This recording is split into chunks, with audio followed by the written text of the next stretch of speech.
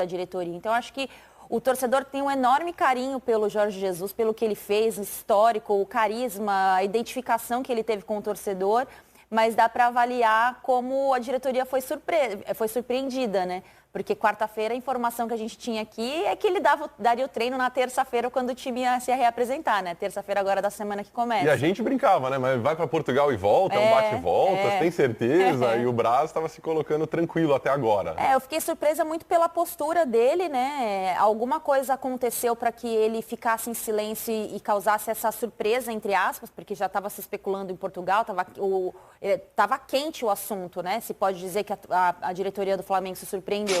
Mas eu faço muitos paralelos, assim, né? O que teria acontecido se ele talvez tivesse aberto o jogo, né? Olha, eu vou embora, eu preciso ir por N motivos, daria tempo para o Flamengo se preparar no mercado para buscar um técnico. E isso também serve para a gente também não só tacar pedra nos nossos técnicos aqui, quando eles também vão embora, mas isso é algo que pode acontecer, é normal, né? Não é nenhum bicho de 7 cabeças, mas eu assim, olhando pelo ponto de vista da diretoria do Flamengo, eu acho que essa surpresa não foi uma surpresa muito agradável, porque a diretoria se esforçou demais para a manutenção dele, né? Contrato a renovação renovado. do contrato, buscou jogadores que o ajudaram a conquistar o que ele conquistou, e ele foi embora, assim, surpreendendo a todos, surpreendendo a diretoria do Flamengo.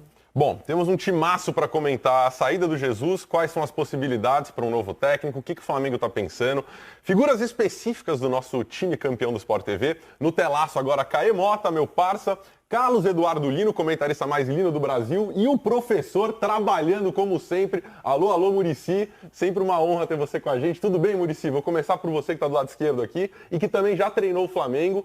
Muito boa noite, suas primeiras impressões dessa saída do Jesus, Muricy. Bom, boa noite, Fred, boa noite, Ana, boa noite, Lino.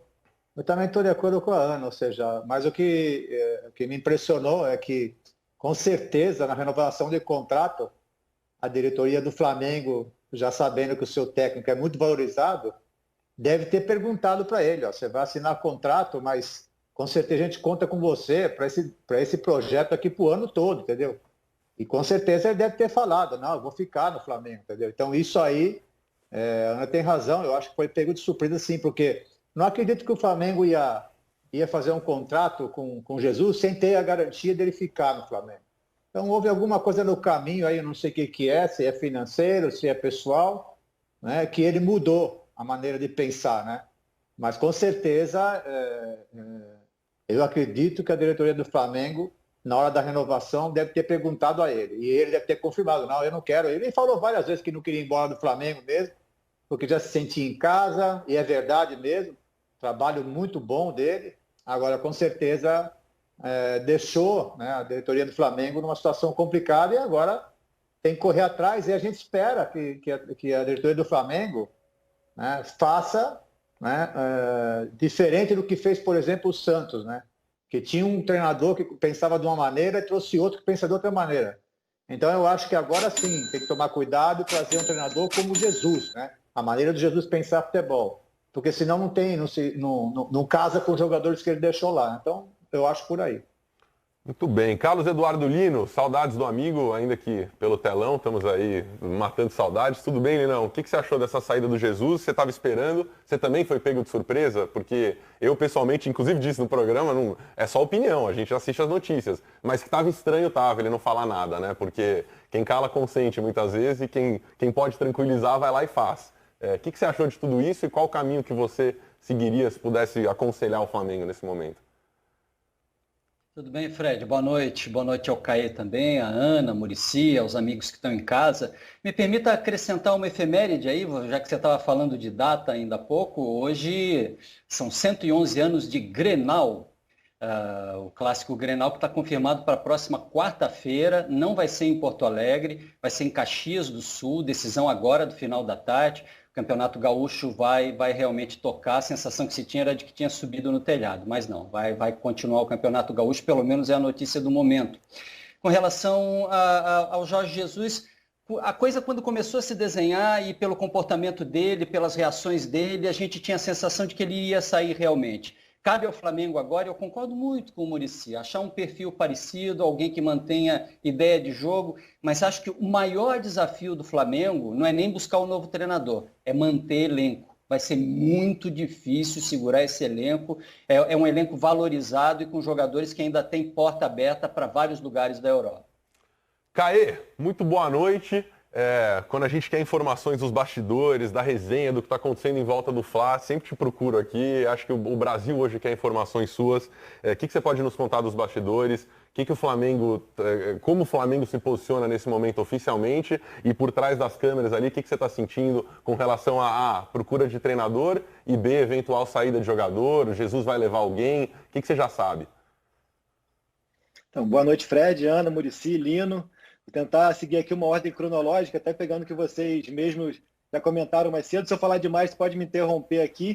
A questão da surpresa realmente foi um lance que o Flamengo poderia, de repente, ter se precavido, porque o Flamengo viveu um déjà vu, porque com o Rueda, por mais que fosse uma outra gestão, aconteceu a mesma coisa, todo mundo no Chile já dava como certa a ida do Rueda para o Chile, e o Rueda não falava nada, e o Flamengo também não interpelava, não questionava, e acabou quando o Rueda saiu, todo mundo foi pego meio que de surpresa ali, e acabou assim, improvisando um carpe diem que não deu muito certo. Apenas voltando ali atrás, que é um fato que não é novo na história recente do Flamengo, né? E o Flamengo agora acabou adotando a mesma estratégia do Jesus, que o Jesus, mesmo com todos os indícios, fez aquela, como a gente brinca, cara de paisagem, fingia que nada estava acontecendo, não conversou com ninguém, sequer sinalizou que tinha a proposta, ele iria falar depois do Carioca alguma coisa. Só que o Flamengo também, no poder de chefe, de patrão, poderia pelo menos ter questionado, ter cobrado um posicionamento e não cobrou, conversando ali para tentar entender o porquê dessa passividade. Algumas pessoas entendem que se de repente cobrasse, perguntasse, seria uma forma de pressionar, isso poderia atrapalhar, enfim, cada um faz sua interpretação, mas a verdade é que o Jesus deu o sim para o Benfica antes mesmo de comunicar ao Flamengo. E sobre o que o Muricy comentou de renovou recentemente, tudo mais, mas já tinha uma leitura ali no bastidor que a partir do momento que o Jesus faz uma exigência de que para renovar a multa teria que ser tão baixa, a multa é de 1 milhão de euros, ele baixou muito o salário por conta da pandemia, que ele desejava inicialmente, mas ele falou, eu aceito manter quase que um valor igual do primeiro ano de contrato, mas uma exigência que seja esse valor de 1 milhão de euros, perdão. Então, a partir daí já dá para fazer uma leitura de que ele renovou talvez por falta de opção também e de que ele estava aberto a qualquer coisa que viesse de fora. Assim. É uma leitura que não seria muito difícil também do clube fazer. Não tenho dúvidas de apontar que a pandemia antecipou muito essa saída do Mister. Se fosse num cenário normal de futebol e de mundo, eu acho sim que ele ficaria até o fim desse ano, pelo menos, mas aí tudo se acelerou, tudo mudou. Enfim, falando agora daqui para frente, o Flamengo que se deu um fôlego, se deu tempo, reuniões ali de ontem para hoje, de que não tem que ter pressa nessa busca, tem que ter paciência de avaliar mercados, tanto que na semana que vem, a volta aos treinos, que seria na terça, mudou para quarta, e de quarta, quinta e sexta serão treinos comandados por quem ficou no clube. Preparação física, perdão, o Betinho, que é quem ficou, o Tanuri, que volta do UFC, vai ajudar também nisso tudo, por conta de recuperação de lesão, enfim, parte física e tudo mais. Então, o time volta na quarta-feira, treina quarta, quinta e sexta com quem está lá, folga de novo, sábado e domingo, e aí sim, segunda-feira, dia 27, terça, 28, é o que se espera de um novo técnico. Então, o clube se deu tempo para pensar, avaliar o mercado e buscar um nome.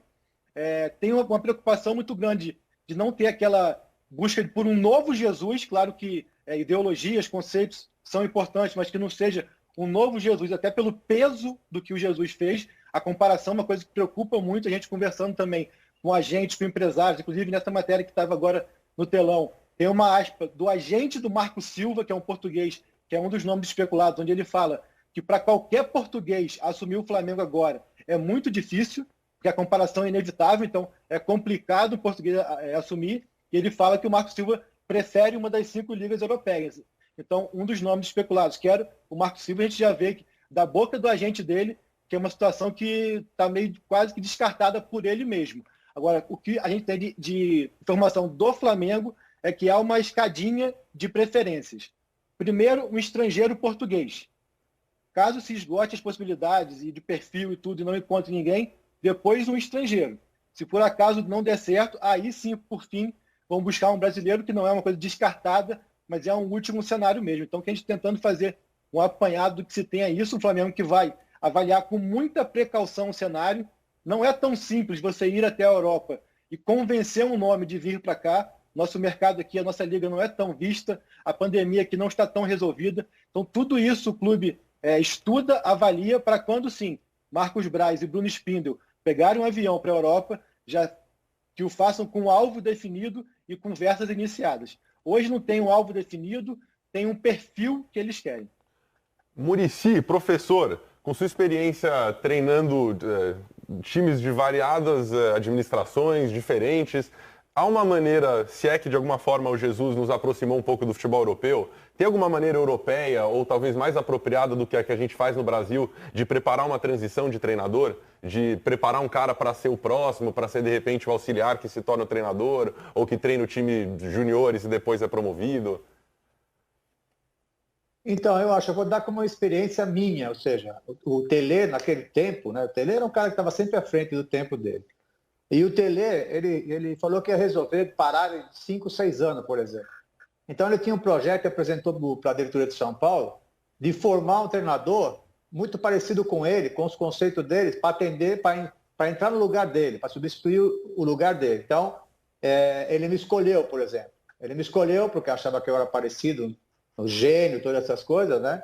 E me escolheu para entrar no lugar dele. Então, eu acho que também o Flamengo, né, na hora que você contrata um treinador desse tamanho, que é o Jesus, deveria se preocupar com isso sim, deveria conversar com ele, ó, você tem uma experiência incrível, você é um baita treinador, né? Você podia preparar, né, alguém para o dia, se você for sair ou não, mas deixar aqui, pelo menos, esse conceito que você tem e casou muito bem, né, com os jogadores do Flamengo, que ele trouxe também.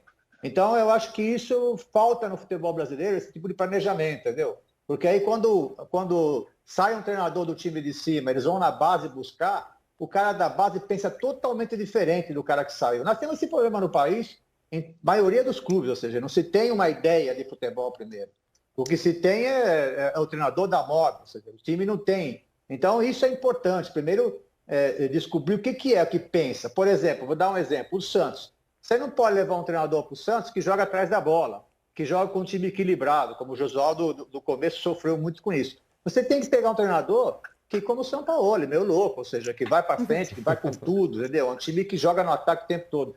Então, eu acho que falta isso, ideias primeiro, para depois buscar um treinador. O Flamengo já tem essa ideia, porque casou muito bem com Jesus e ele trouxe jogadores para desenvolver essa ideia. Agora, tem que preparar. Eu acho que o Flamengo perdeu essa oportunidade de ele preparar um treinador para o lugar dele.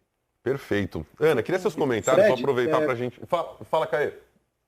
Só para pontuar, desculpa, Ana, desculpa, Fred, só para pontuar diante do que o Muricy falou, o Jesus sai, não é sozinho, né? Ele sai com outros 6 componentes da comissão técnica dele, e isso de não ficar ninguém de legado é uma opção do próprio Jesus. Vale lembrar de que quando ele chegou, existia lá o Marcelo Salles, o Fera, e que o Jesus não permitiu que o Fera continuasse no ambiente do Flamengo. O Fera até continuou como funcionário por mais um ano quase, só foi demitido agora por conta da pandemia, ele entrou naquela leva de demissões, mas ele que era esse auxiliar fixo, permanente do Flamengo, que poderia ser agora um cara preparado e com os conceitos. O próprio Jesus, quando ele vem para o Flamengo, ele fala: ninguém vai ficar aqui que não seja da minha comissão, ninguém vai ser auxiliar direto meu, e acabou que agora o Flamengo permitiu isso e agora faz um pouco de falta, nessa transição pelo menos, né? Não é muito terra boa arrasada, essa informação, né? do Caê. É muito boa, porque se fala há alguns anos aqui no Brasil sobre o auxiliar permanente, que é esse cara que segura a onda ali entre transições de técnicos, ou um cara que pelo menos conhece o contexto do trabalho que foi apresentado. Poucos clubes tiveram sucesso com esses treinadores e poucos acreditaram no potencial de você ter uma comissão técnica permanente. Isso ainda é um detalhe pouco explorado no futebol brasileiro, no futebol recente, né, dos últimos 10 anos, é muito pouco explorado. Então, essa informação diz muito quanto até a própria vaidade do Jesus em controlar a situação deu resultado ao Flamengo, óbvio, mas também privou o Flamengo de uma evolução. E o time ficou ali sem saber o que fazer, né? Eu acho que um time com uma diretoria forte como é a do Flamengo, com o dinheiro que tem o clube, ficar vulnerável na mão de uma comissão técnica, diz muito sobre esses dirigentes, sobre o quão eles foram, de certa forma até um pouco ingênuos em administrar essa situação. Essa é a percepção que eu fiquei aqui do lado de fora. E uma outra coisa que o Caê falou, é muito bom participações de Caê, Nádia Mauad, André Hernan, porque eles gastam a informação, eu gosto disso. Não tem problema de informação com eles. Sobre o técnico português. A prioridade é um técnico português. A sensação que eu tenho é que o Flamengo pode buscar, sei lá, o pior técnico português, tá? Eu não acho que exista esse padrão de pior, que a resposta vai ser o suficiente. Mas já tem um perfil traçado, porque a gente sempre lembra, essa mesma diretoria falou num passado que o Flamengo era o Abel. Eu lembro muito bem disso. 6 meses depois, ou menos de 6 meses depois, mudou, viu que aquele elenco não condizia com o trabalho do Abel, que já não era um trabalho que estava tão bem avaliado. E aí acertou com o Jesus num golpe de sorte e também de conhecimento de entender um pouco o que aquele elenco precisava.